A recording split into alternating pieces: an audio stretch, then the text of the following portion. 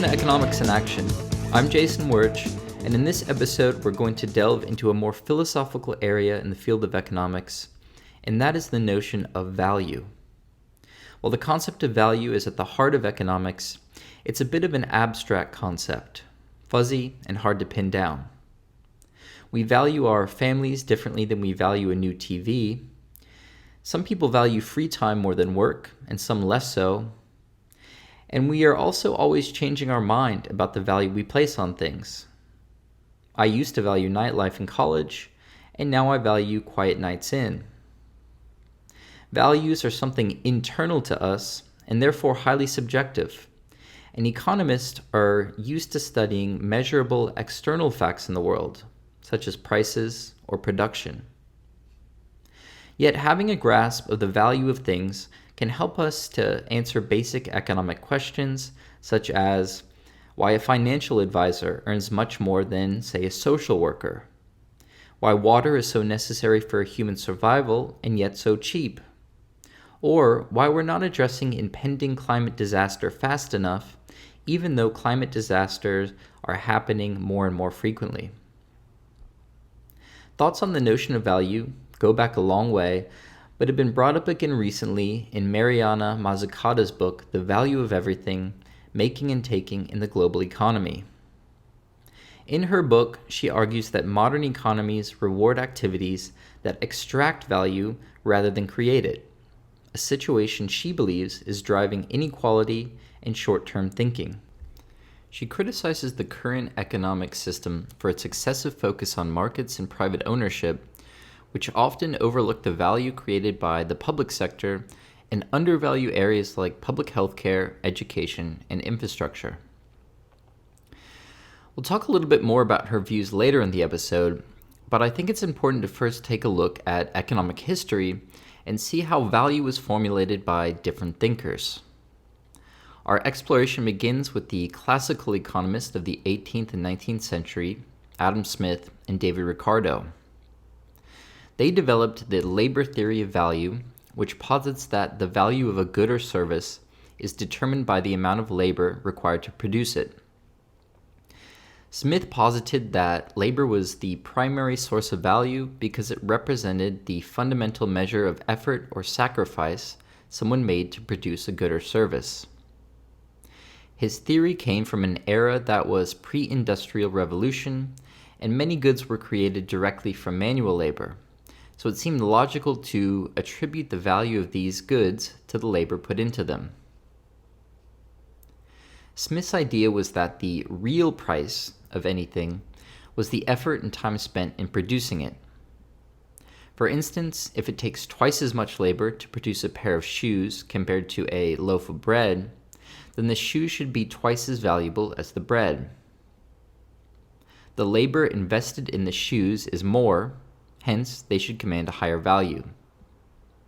He writes in The Wealth of Nations, quote, "The value of any commodity, therefore, to the person who possesses it, and who means not to use or consume it himself, but to exchange it for other commodities, is equal to the quantity of labor which enables him to purchase or command. Labor, therefore, is the real measure of the exchangeable value of all commodities." And later in that chapter, he says, quote, "Labor alone, therefore, never varying in its own value, is alone the ultimate and real standard by which the value of all commodities can at all times and places be estimated and compared. It is their real price. Money is their nominal price." Additionally, Smith believed that labor was the original currency used by humans before the invention of money. People used to trade goods and services directly, a system known as bartering. In such a system, the value of what you gave up was measured by the labor you had to expend to acquire or produce it. However, it's essential to recognize that Smith made a distinction between the natural price, aligned with the labor theory of value, and the market price. He understood that market prices could deviate from this natural price. Karl Marx built upon the labor theory of value proposed by Adam Smith and David Ricardo, And while Smith and Ricardo used the labor theory to explain the exchange values of commodities, Marx used it as a basis for his critique of capitalism and to explain the exploitation of workers under this system. According to Marx, the value of a commodity is determined by the amount of socially necessary labor time embodied in it. Socially necessary labor time is the average amount of time that a worker, under normal conditions and with the average degree of skill and intensity, would need to produce the commodity. But Marx made a critical distinction between labor and labor power. Labor is the actual work done, while labor power is the worker's capacity to work. In a capitalist system, workers sell their labor power to capitalists, the owners of businesses, in exchange for wages. The value of labor power, the wages, is determined by the amount of labor time necessary to produce the goods and services the worker and their family need to survive. Here's where Marx's concept of exploitation comes in. He argued that the value created by a worker in a day is greater than the value of their labor power, the wage they receive. This difference between the value that the worker creates and the wage they receive is what Marx called surplus value, which is appropriated by the capitalist as profit. Take an example.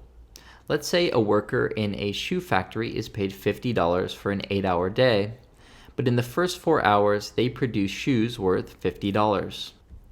In the remaining 4 hours of work, they continue to produce shoes, creating additional value, but their wage remains the same. This extra value that the worker creates but is not paid for is the surplus value, which goes to the capitalist. Marx's critique was that under capitalism, workers are systematically exploited because they are paid less than the value they create, leading to the accumulation of wealth by capitalists and the widening of class inequalities.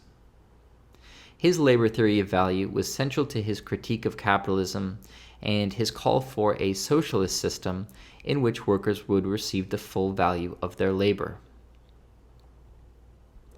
While the labor theory of value was a cornerstone of classical economics, it has faced several critiques and has been largely superseded by the subjective theory of value in modern economic thought.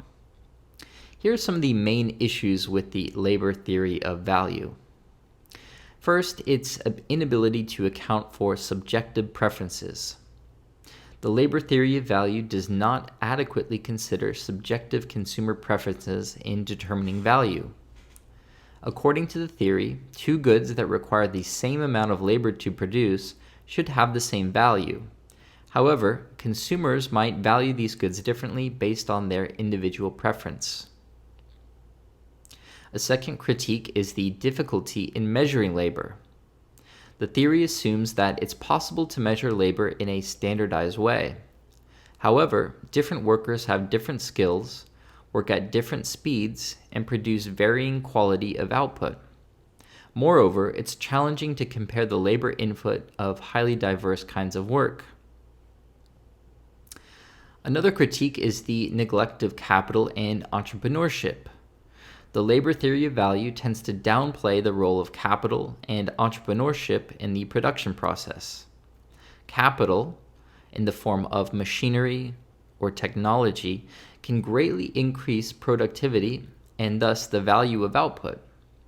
Entrepreneurship, which involves risk-taking and innovation, is also a crucial factor in creating value.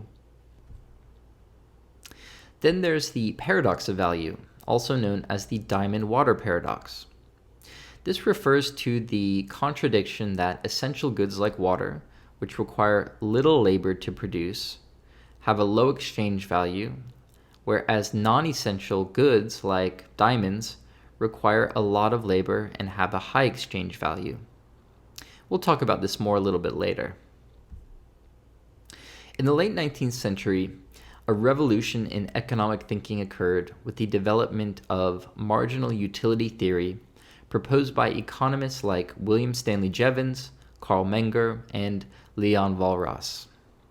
They suggested that the value of a good or service is not determined by the labor invested in its production, but by its marginal utility to the consumer. In other words, a good's value is based on how much satisfaction or utility the last unit of that good provides to a consumer. The principle of marginal utility helps explain why demand curves are typically downward sloping. As a consumer purchases or consumes more of a good, the satisfaction gained from each additional unit is lower than the previous unit, leading consumers to be willing to pay less for subsequent units.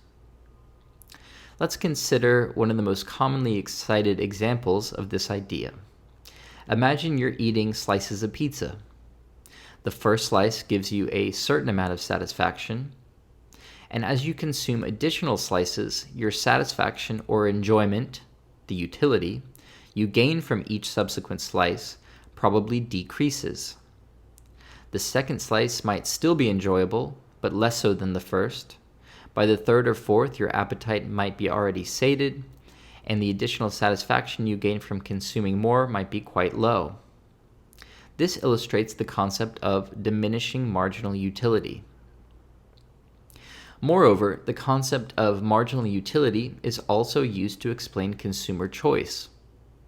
According to the principle of equal marginal utility, a consumer will distribute his or her income among various goods and services in such a way that the utility derived from the last dollar spent on each good or service is equal. This leads to the efficient allocation of income on the part of the consumer, maximizing their overall level of satisfaction. Let's go back to the diamond and water paradox, which is, why is water, which is essential for life, far cheaper than diamonds, which, despite their attractiveness, have few practical uses? The labor theory of value, espoused by classical economists like Adam Smith, couldn't adequately explain this paradox because a perfect diamond found in nature, requiring no labor to fashion or dig it, would still fetch a high price, whereas water from a well dug deep underground, requiring significant amount of time and effort on the part of the workers, would still be priced relatively low. The marginal utility theory, however, provides a more satisfying explanation. It posits that the value of a good is determined not just by its total utility, but by its marginal utility, which is the additional satisfaction or value one gets from consuming one extra unit of that good. Let's consider water. Water is abundant in many parts of the world, and our basic need for it is easily satisfied. The first few units of water we consume each day for drinking, cooking, or washing have high utility because they fulfill essential needs. However, because water is abundant, the marginal utility of additional units of water is low. After our essential needs are met, the additional satisfaction we get from consuming more water drops off significantly. This abundance and diminishing marginal utility mean that water's price is low in the market. On the other hand, diamonds are rare. While the total utility of diamonds might be lower than that of water, since diamonds aren't necessary for survival, the marginal utility of a diamond is high. The additional satisfaction derived from acquiring an extra diamond doesn't diminish as rapidly as that from an additional unit of water, mainly due to its rarity and the value society places on it as a status symbol. Thus, despite their limited practical use, diamonds are priced high in the market.